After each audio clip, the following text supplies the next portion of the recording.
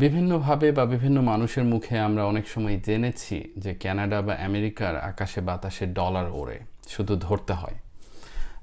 আমি কানাডাতে 7.5 বছর অবস্থান করছি। আমি কোনো দিন কানাডার আকাশে বাতাসে ডলার উঠতে দেখিনি। এটি একেবারেই ভুল এবং ভ্রান্ত একটা তথ্য। তবে আমি যদি এটাকে রূপক অর্থেও ভাবি, যে হয়তো যারা এই তথ্যগুলো স্প্রেড করেছেন বা করছেন, আমি এখনও দেখি সোশ্যাল মিডিয়াতে বিভিন্ন কনসালটেন্সি ফার্ম তারা এই ধরনের তথ্য স্প্রেড করেন, যে কানাডাতে গেলেই আকাশে বাতাসে টাকা ডলার ওড়ে, সো জাস্ট ধরতে হবে। তো আমি যদি এটাকে রূপক অর্থেও ভাবি, সেটিও আসলে ভুল। কারণ এই দেশগুলো ডেভেলপ নেশন। এই ডেভেলপ নেশন এমনি এমনি ডেভেলপ নেশন হয়নি।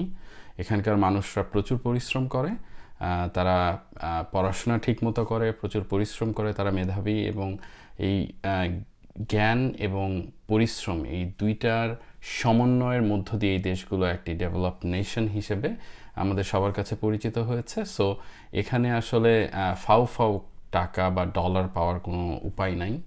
এখানে ডলার ইনকাম করতে হইলে প্রচুর পরিশ্রম করতে হবে। তো যে তথ্য আমরা জানি, এটা একেবারেই ভুল, ভ্রান্ত একটা ধারণা।